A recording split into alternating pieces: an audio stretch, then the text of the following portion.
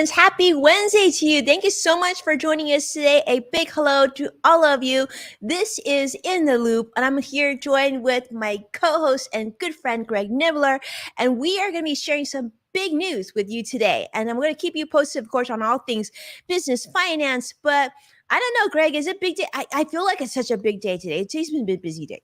It's a busy day, especially for you. I feel like you've had a lot on your plate today that I'm going to let you talk about that. I'm not spoiling anything in case anybody doesn't know stuff, but a big day for Winnie. And hi, everybody. I'm Greg Nibbler. So thanks for joining us. Thanks for being here. It's so much fun. In case you don't know me, been a tech reporter for a long time, covering all kinds of aspects of that. I'm going to talk about some of that coming up here today. Some bigger news coming out today, kind of looking at the future of the metaverse and everything that's associated with that. So drop in your comments, your questions, everything as we go through the show.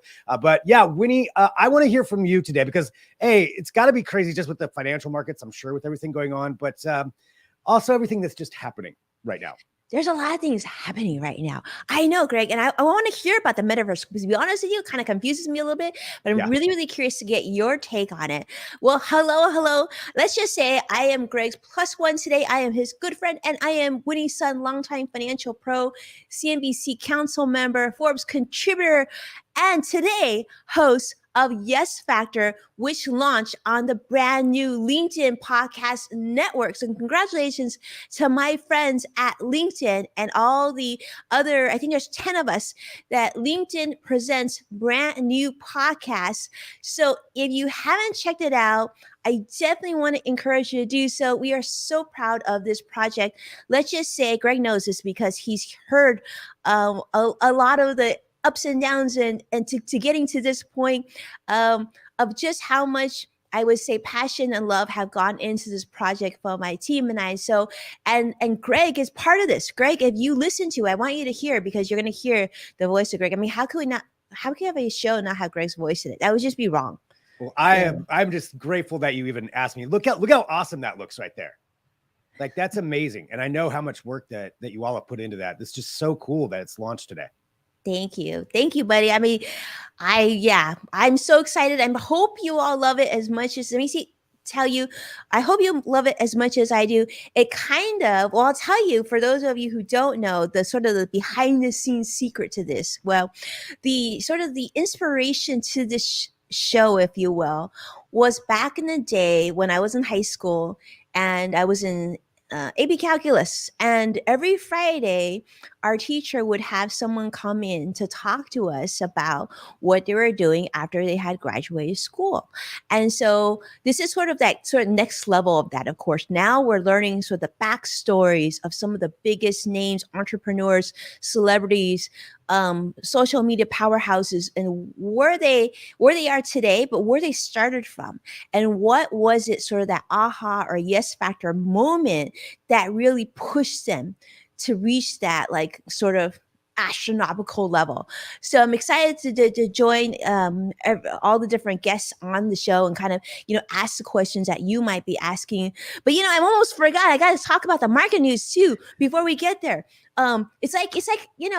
It's like having this little baby that you've been like taking care of all of a sudden. You're so excited to share it with all of you. So thank you, Greg, for being here. And I just feel so grateful for your friendship, Greg, in this project. But let's talk about the market. Okay, well, I'm talking about the market. And I see Sadiq here and I see Vicky here and everybody. Thank you so much for joining us. Unfortunately, really rough day on the financial markets today. So let me tell you how it closed. The Dow closed down 464 points. NASDAQ closed down 344 points, and the S&P also down almost 80 points, 79 points. Now, for those of you who are invested, you probably see this, probably making you a little nervous. The S&P declined now for this fourth session in a row, falling deeper into very difficult times. Dow down quite a bit as well.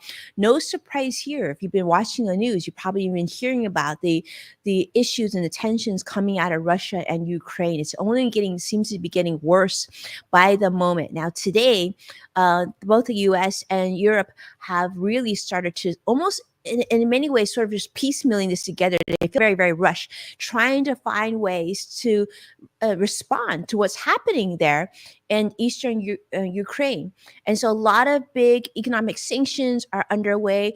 The US already started their first group of sanctions, and even actually freezing some assets and making things kind of difficult for a lot of key individuals in Russia right now. Germany has also halted the approval of the Nord Stream 2, which is their natural gas pipeline. Now, this would definitely have improve things between Western Europe's energy link over to Russia, which, as you know, Russia is the world's largest natural gas exporter. And I know, Greg, you were just talking about this before we got on the air about some of the things that you have to, or you're doing, right? Are you preparing? Yeah, actually, I'm gonna stock up on some propane for those exact reasons. Because just like you said, I mean, it's going to affect a lot what's going on over there. Just especially the further this goes, and it doesn't seem like it's going to be de-escalating anytime soon. And with that energy issue, I mean, I've already seen. I think you were saying that California gas prices have already gone up. Isn't that right? Mm-hmm. Like so it's going to be happening everywhere. So I'm planning on stocking up on some energy needs here for that. Yeah, I think all these prices are going to go sky high. So if you need, I had my husband go out, fill up the tank for the car. You're watching, you might want to do the same, be prepared. Just know, because it seems like what we've been seeing, that Moscow seems to have been preparing for a full scale invasion of Ukraine for quite some time. So they were very, very prepared. That's what we're seeing out in the news. Not only that is, now we don't know if this is truly because of Russia, but we can only speculate, right? We know that many Ukrainian government websites actually are offline today. This is because of a mass attack, on a cyber attack today. And I'm sure Greg knows much more about this than I do, but they're saying, source of this attack isn't confirmed yet, but, we can only speculate because of the controversy happening there. Could be because of Russia. We don't know. Now, crude oil prices is something that we do know, though. Now it had just spiked on a 7-year high. In fact, nearing $100 a barrel. So those of you who are looking, to make a road trip, or you just want to make sure you can get to work and get the kids to school, you might want to fill up on that tank sooner rather than later. It looks like prices are going to get really, really expensive soon. And it's not going to stop there, because a lot of the goods and services and foods that we rely on a day-to-day basis, are driven to the supermarket and the whole the warehouse stores and everywhere else, because of vehicles, many of them powered by gas and crude oil and all that stuff. So a lot of things to take a look at. The other thing I want to talk about, of course, is what's happening with inflation. And this is really key, because given what's happening in Russia, will there be an attack? And in fact, we're definitely seeing that already. We're seeing some of that being priced in now. The expectation now is interest rates will be going up pretty quickly and pretty readily.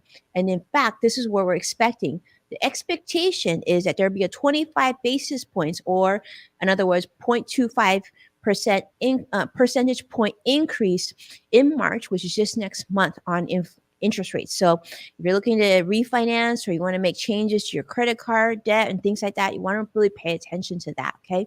And in fact, they're saying now that there could be interest rate increases not only for this year, but now going into 2023 as well. So lots to think about as you're, trying to figure out your own financial plans.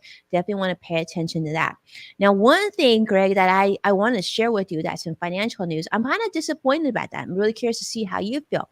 So we do know, Postmaster General Louis DeJoy, okay, he was nominated to the position in 2020, and he had pledged to convert 10% of the male people these vehicle trucks to more to electric vehicles, right? To be more green. But unfortunately now, there are vehicles, 230,000 of them. And this is actually about 1/3 of the country's entire federal fleet. Well, guess what? Actually, it looks like DeJoy has decided that 90% of these vehicles are going to be gas-powered vehicles. Do you hear this, Greg?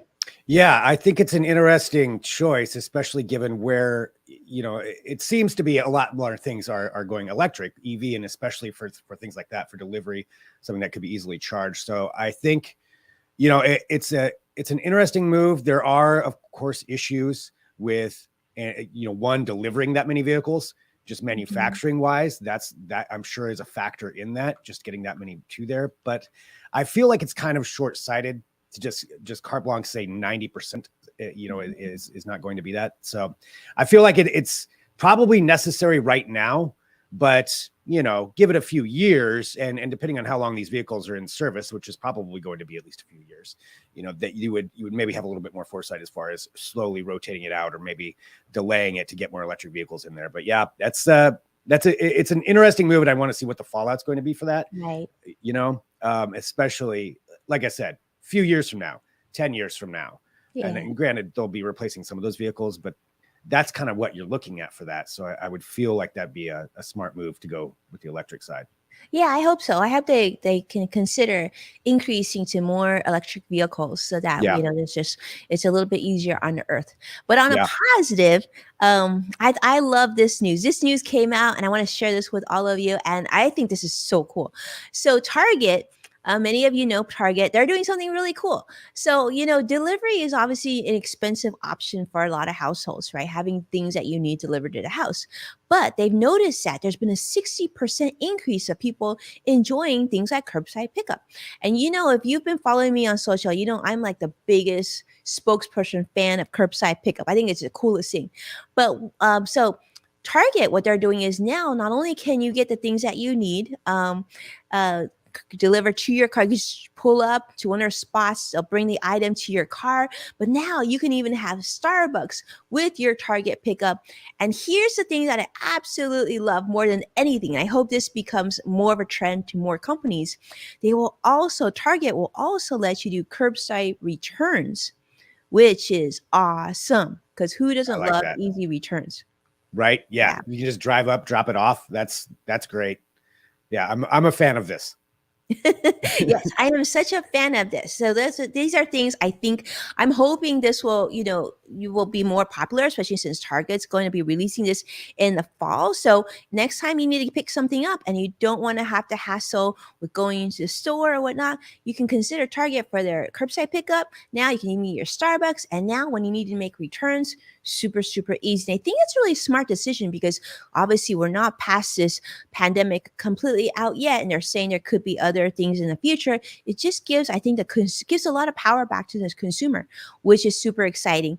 Yeah. So I Yeah. mean, that's the big news for today. I mean, aside from, of course, our LinkedIn podcast network, which I was super excited. But I want to hear, Greg, what you have to talk about now, because I know there's a lot of things that we should be paying attention. And I will tell you that the metaverse is something that still somewhat confuses me.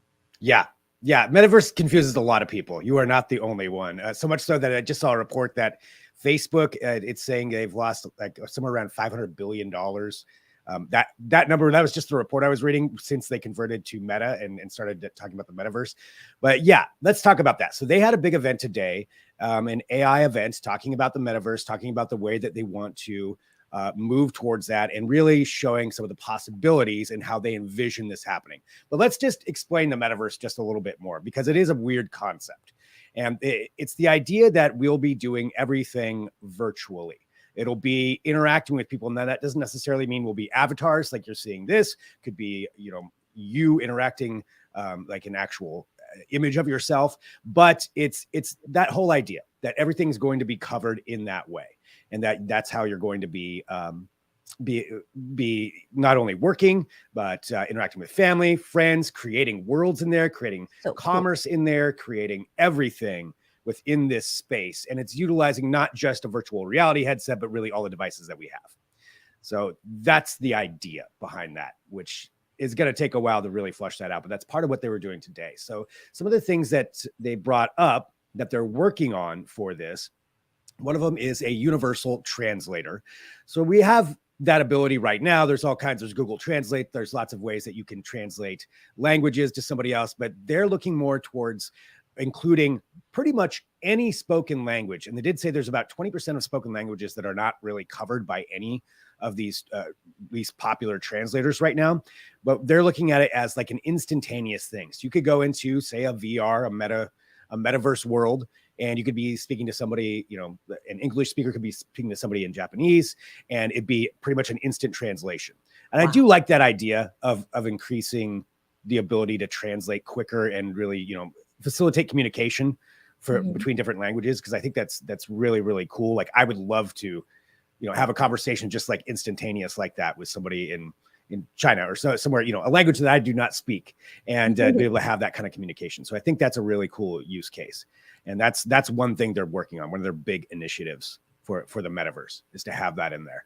So you've got that. You've got a few other things they're talking about, and just giving, again, ideas of how this is going to work. And another one they brought up was voice assistants, and just how voice assistants right now, and that includes, I'm not going to name them all right now because then it'll set everybody's voice assistants off.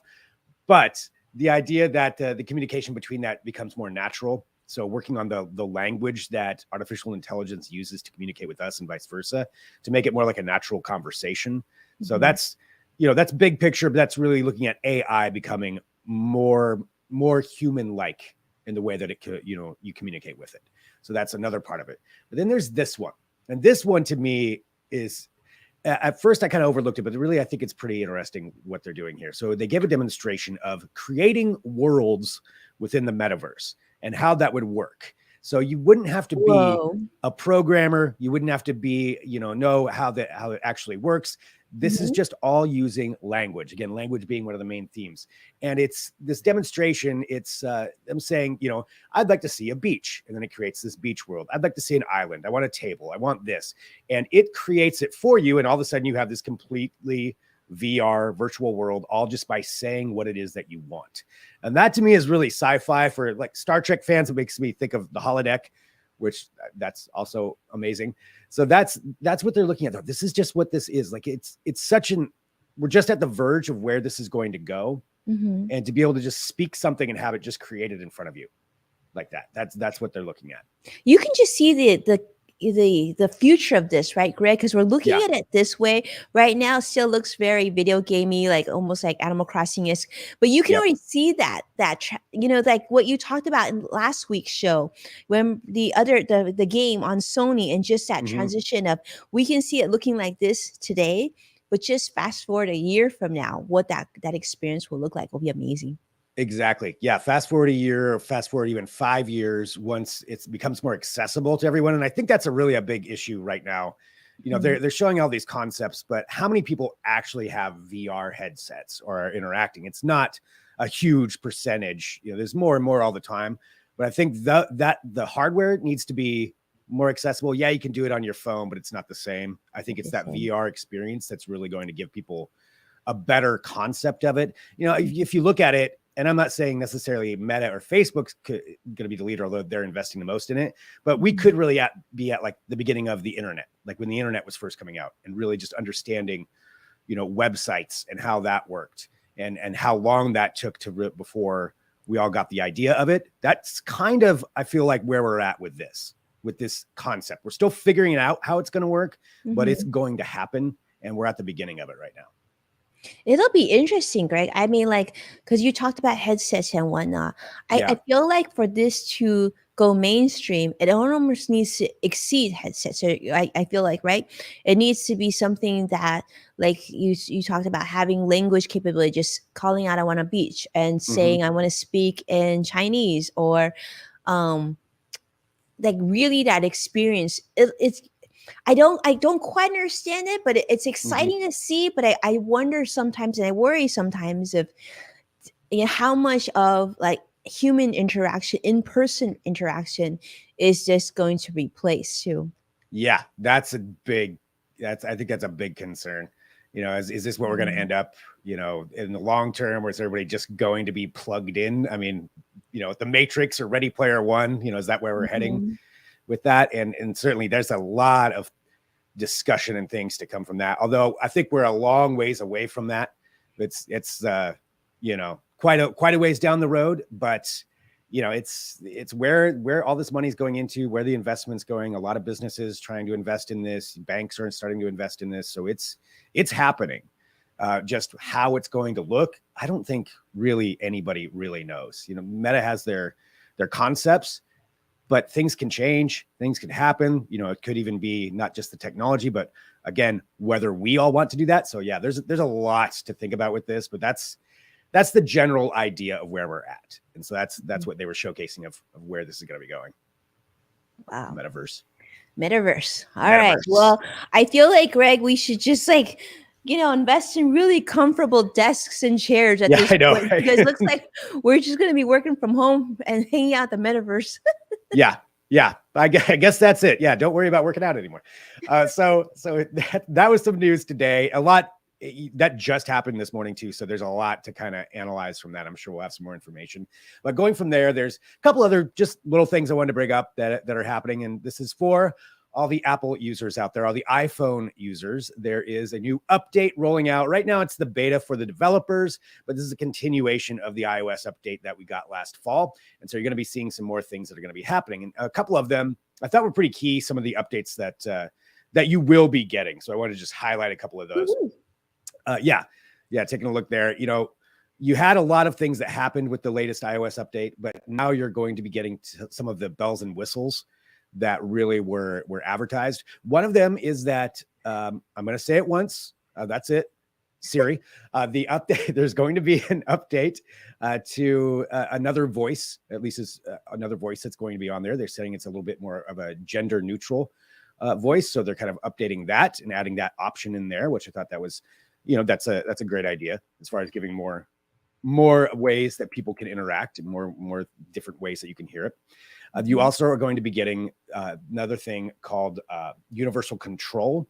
So universal control was, I don't know if you remember when we watched the video I watched the video when they had the big presentation, and it was about how you can control all of your devices across each one. So an iPad, you could drag and drop to your iPhone, to a Mac, and they just all kind of automatically connect. Mm-hmm. That's going to be rolling out, and probably in conjunction with the update for Mac OS as well.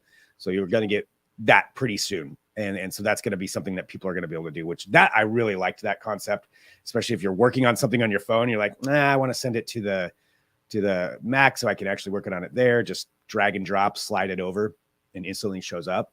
Mm-hmm. That was pretty cool. So you'll be getting that. Then there's also this. So I don't know if you've followed along with much about the AirTags, the Apple AirTags, which that's like, I got them. You got one. Yeah. I actually bought some for my parents for Christmas because I really like the concept of those. The AirTags are great. And it's kind of, I've used Tile, but it's the same kind of concept. But there were some issues with AirTags being misused in that people were sticking them on vehicles and essentially turning them into tracking beacons. Right.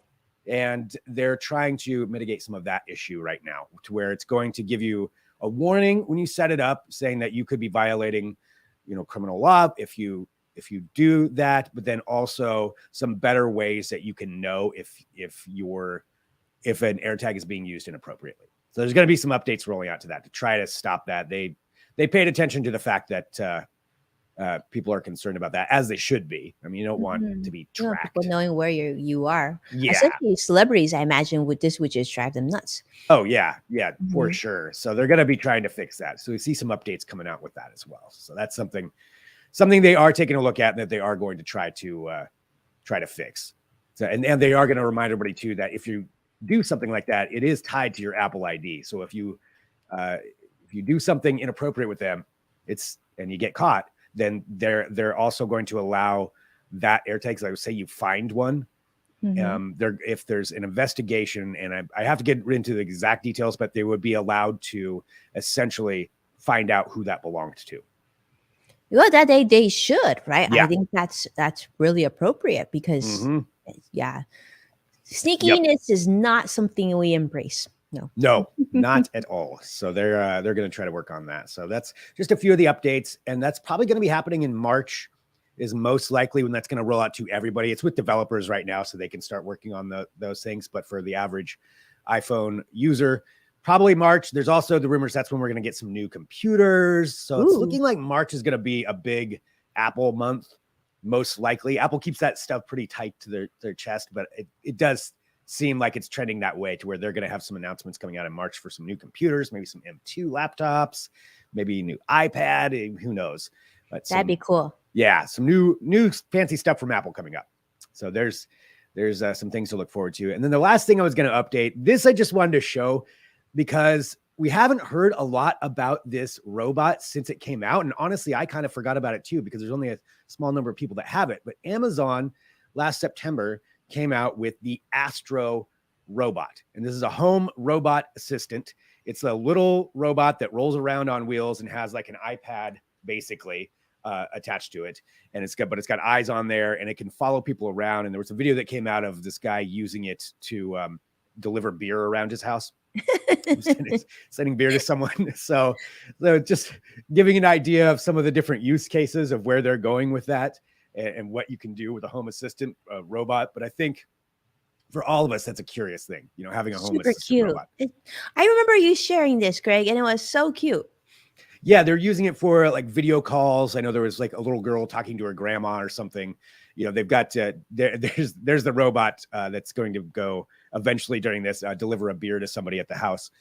But yeah, this is from a guy named Bob Rakita. So shout out to him for posting this video. I think a lot of people are kind of getting a kick out of it. Yeah, believe he says I can't remember the person's name, but I think it's like Celeste. Yeah, find Celeste is what he told it, and then it goes and delivers a beer to Celeste somewhere in the house because it can recognize with facial recognition who it is. Oh, wow. Yeah. So again, robot right now, you can only get one of those if you apply for a special invitation, and it still costs $1,000 to try it out, even beyond that. But eventually these are going to be going on sale. So I'm seeing the comment there from CrossX Fighter. What is that? A mini robot? Yeah, that's from Amazon. It's called Astro. And right now you can go on, it's actually advertised on the Amazon website, but you have to apply for an invitation to be able to pay $9.99 to get it, to use it. And then you have to give feedback. So there's a way that they're trying to test it out with people to see how people are using it and what some of the pitfalls are. There were rumors that some of them were throwing themselves off of staircases. So I think they tried to fix that. You definitely don't want $1,000 robot throwing itself down the stairs. Yeah, that would be really, really bad. But I'm just thinking, like, this is incredible, Yeah. Imagine the use for this would be. I mean, I would love to see this being used for health reasons, like we talked about before. Like I love the idea of being able to talk to grandparents. Like, how cool is that? This is good tech. Yep. And as an assistant, like you said, for somebody who needs maybe a little bit more care. Mm-hmm. And to be able to have them, call it out and come right over and make a video call to somebody. I mean, there's a lot of good use cases for it. There's always the natural concerns about facial recognition and all of, then there's the camera that pops up on it. That's right. So you could pop up and see if you left the stove on is what they're looking at. I would definitely use it for that reason, because now I'm paranoid I left my stove on, and I didn't. So there's some cool use cases for it. That's just seeing some people actually using it out in the wild. I think that's great. And just the fact that it was used to deliver a beer is. Did you apply for it yet, Greg? I didn't. I want to see where it goes first. And I actually do have a lot of stairs. So I'm like, it's not that many places it could really go without throwing itself down the stairs. So we'll see what some of these other videos come out with, and then maybe I'll give it a shot. Yeah, I mean, this is something I would love to set up, like at my mom's house, for example, Yeah. right? And just to know, like, she's okay, and Yep. and then but I don't know how she would feel about that. Yeah, there's the other side to that. That's true. Right, exactly. Very cool Yeah. tech. Yeah, interesting stuff. So that's what I got for today. Just taking a look at some of the videos and news that's coming out in tech. But like I said, a lot coming up. I think March is going to be huge. There's new televisions. There's maybe an Apple event, maybe a Google event. I think we're going to be having a lot of cool tech announcements as we gear up here for the spring. So let me know, though, for everybody out there, if there's anything that you're seeing that you're interested in. There's always so much happening. No one person can keep up with everything that's going on. So please continue sending the messages. If you see something cool, please send it to me. On whatever social platform you're on. I'm sure I'm on. You can always reach out to me and let me know. Or if you have any questions, I can send you in the right direction for anything. I've been getting a lot of television questions. So if I don't know the answer, I know who to send you to.